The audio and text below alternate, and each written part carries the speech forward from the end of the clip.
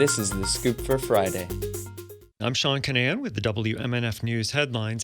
The Pasco Sheriff's Office says 2 of its deputies shot and killed an armed person in Land O'Lakes home while responding to a domestic violence incident. A news release from the Pasco Sheriff's Office says deputies killed Enoch Harville in the Causeway Boulevard area home after he approached deputies with a gun. Nobody else was injured. The Sheriff's Office says it was an isolated incident and there is no public safety threat. The identities of the deputies will be released on Monday, and the FDLE will perform a standard investigation while the deputies are on paid administrative leave. This week, the new Port Richey City Council unanimously approved a new lease agreement between the city and the West Pasco Free Senior Health Clinic. The clinic is located at 6640 Van Buren Street and is commonly known as the Claude Pepper Center. The clinic nearly closed earlier this year. It provides free primary care and chronic disease management for uninsured seniors and low-income residents. Councilmember Peter Altman spoke in favor of the agreement. That's a beautiful building. It was provided for the purpose of senior care. I would look forward and hope that you all can fully utilize the building. He hopes the clinic will also increase ancillary services. The new lease will cover 2 years with an additional 1-year extension and will come at no cost for the clinic. Most of the staff are retired medical professionals and volunteers. Pinellas County has a new mobile rehabilitation unit for first responders. WMNF's Juanita Hurtado-Huerfano reports the county hopes to use the unit for emergencies that last more than 3 or 4 hours. That mobile unit is called Rehab 62. It sort of looks like a white RV housed within the Dunedin Fire Rescue Department. But according to Deputy Chief Mark Cepero, this large apparatus is more complex than it looks. The trailer weighs in at about 12,000 pounds. The trailer and the tow vehicle together are about 12 feet longer than my ladder truck. So you think of a 100-foot ladder truck out there.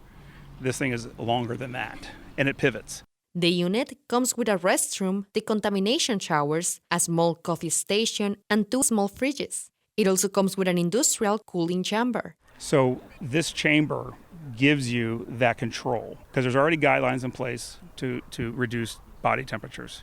When an average firefighter comes out of a structure, if they've been working for 20 to 30 minutes, their core temperature can get up to about 104, 107. So we need to reduce that because that's a cardiovascular thing, that's an endocrine thing. It hits every system in your body. According to Cepero, for firefighters waiting in traditional buildings or under a tree's shade in the Florida weather, it will take them a couple hours to recover. But this chamber can go down to 55 degrees and lower a firefighter's temperature in roughly 20 minutes. For Cepero, shortening the recovery gap allows for a more efficient response to long emergency situations, like hurricanes or gas leaks, without requiring reinforcements. For WMNF News, I'm Juanita Hurtado-Huerfano in Dunedin. Scientists are creating a new kind of vaccine that teaches the immune system to intercept a type of developing colon cancer before it turns into a full-fledged tumor. Lynch syndrome is an inherited condition that puts people at very high risk of getting colorectal cancer and certain other cancers, especially at younger ages. It affects about 1 million Americans, many of whom do not know their cancer risk. At least 3 potential Lynch syndrome vaccines are in early testing. Immigration and Customs Enforcement is moving to equip officers with body cameras in the next 2 months, but the public should not expect to quickly see footage of every critical incident.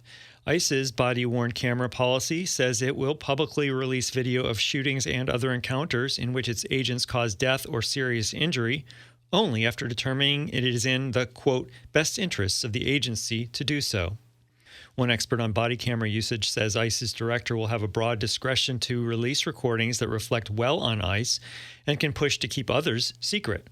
ICE says body cameras have been set to more than half of its field officers, and the rest will receive them by the end of September. Thunderstorms will develop this afternoon with highs in the high 80s. Tonight, a stray shower or thunderstorm is possible with overnight lows in the mid-70s. And tomorrow, thunderstorms are likely in the afternoon with highs in the low 90s. I'm Sean Canahan with the WMNF News headlines.